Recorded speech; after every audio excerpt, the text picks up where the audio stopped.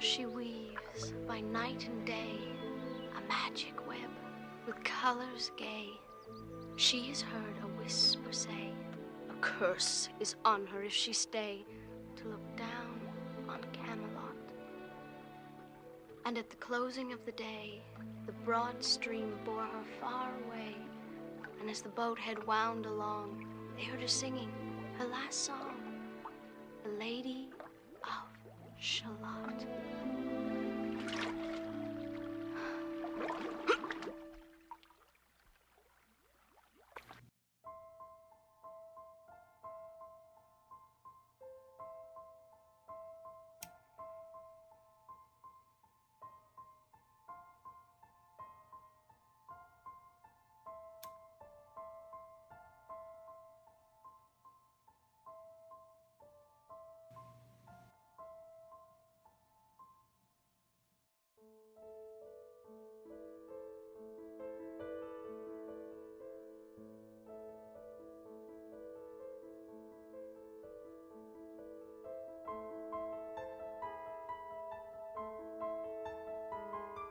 On either side the river lie long fields of barley and of rye that clothe the wold and meet the sky, and through the field the road runs by to many-towered Camelot.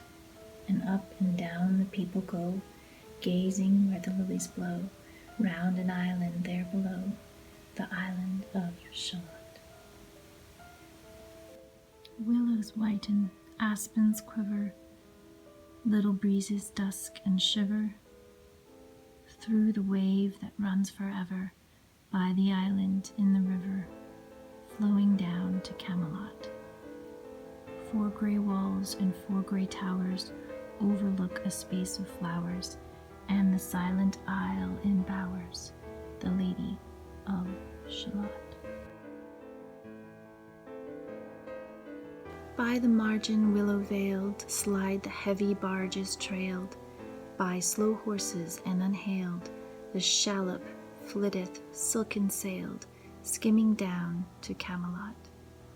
But who hath seen her wave her hand, or at the casement seen her stand, or is she known in all the land, the Lady of Shalott?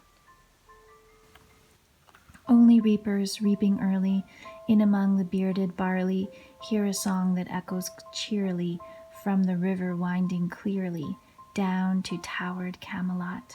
And by the moon the reaper weary, piling sheaves in uplands airy, listening whispers, 'tis the fairy Lady of Shalott. There she weaves by night and day a magic web with colors gay.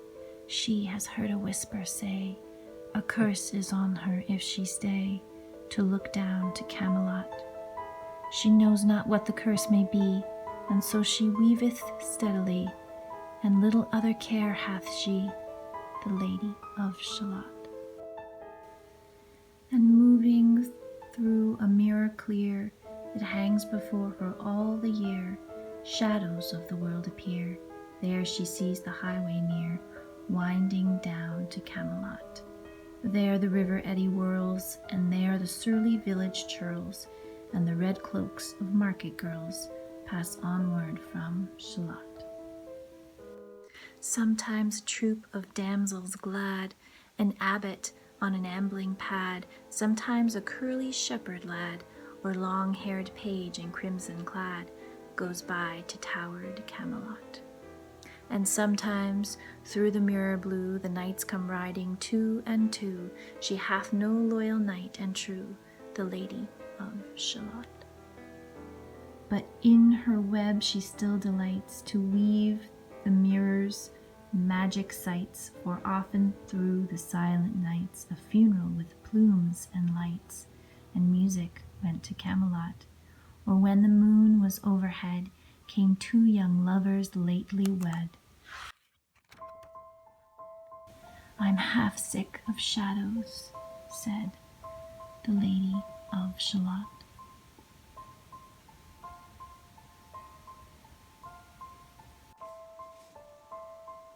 A bow shot from her bower eaves, he rode between the barley sheaves.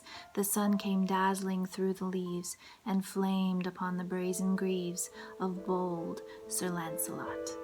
A red-cross knight forever kneeled to a lady in his shield that sparkled on the yellow field beside remote Shalott. The gemmy bridle glittered free, like to some branch of stars we see, hung in the golden galaxy.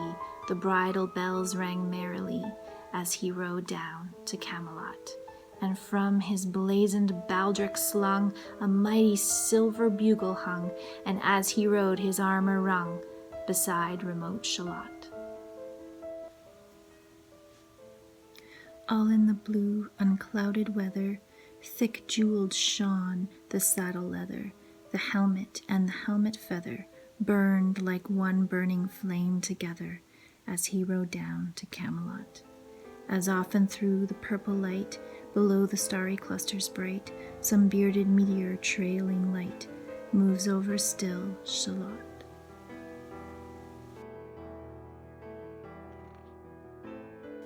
His broad clear brow in sunlight glowed, on burnished hooves his war horse trode, from underneath his helmet flowed his coal-black curls as on he rode down to Camelot. From the bank and from the river he flashed into the crystal mirror. Tira lira by the river sang Sir Lancelot. She left the web, she left the loom, she made 3 paces through the room. She saw the water lily bloom, she saw the helmet and the plume. She looked down to Camelot. Out flew the web and floated wide, the mirror cracked from side to side. The curse has come upon me, cried the Lady of Shalott. In the stormy east wind straining, the pale yellow woods were waning, the broad stream in his banks complaining, heavily the low sky raining, overtowered Camelot. Down she came and found a boat, beneath a willow left afloat, and round about the prow she wrote, the Lady of Shalott. And down the river's dim expanse, like some bold seer in a trance, seeing all his own mischance, with a glassy countenance did she look to Camelot. And at the closing of the day she loosed the chain, and down she lay. The broad stream bore her far away, the Lady of Shalott. Lying robed in snowy white that loosely flew to left and right, the leaves upon her falling light, through the noises of the night she floated down to Camelot. And as the boat head wound along the willowy hills and fields among, they heard her singing her last song, the Lady of Shalott. Heard a carol, mournful, holy, chanted loudly, chanted lowly, till her blood was frozen slowly, and her eyes were darkened wholly, turned to towered Camelot. For ere she reached upon the tide, the first house by the waterside, singing in her song she died, the Lady of Shalott. Under tower and balcony, by garden wall and gallery, a gleaming shape she floated by, dead pale beneath the houses high, silent into Camelot.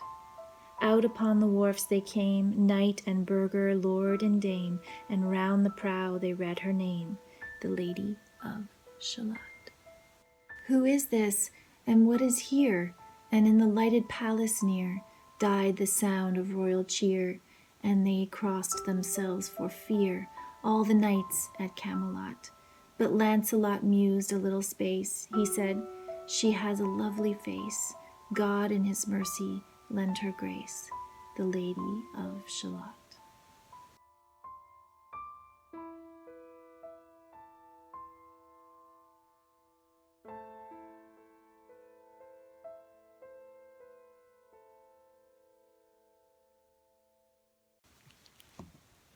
Everyone, I hope you enjoyed the reading of The Lady of Shalott by Alfred Lord Tennyson, and this book was illustrated by Geneviève Coté, who is a artist from Montreal, Quebec. And I hope you also enjoyed the little beginning clip, which is the scene from Anne of Green Gables, which made me first hear this poem when I was a young girl. Obviously, the beautiful romantic and tragic aspects of the poem were what inspired Anne to go out into the boat and float along the river in her little town of Avonlea.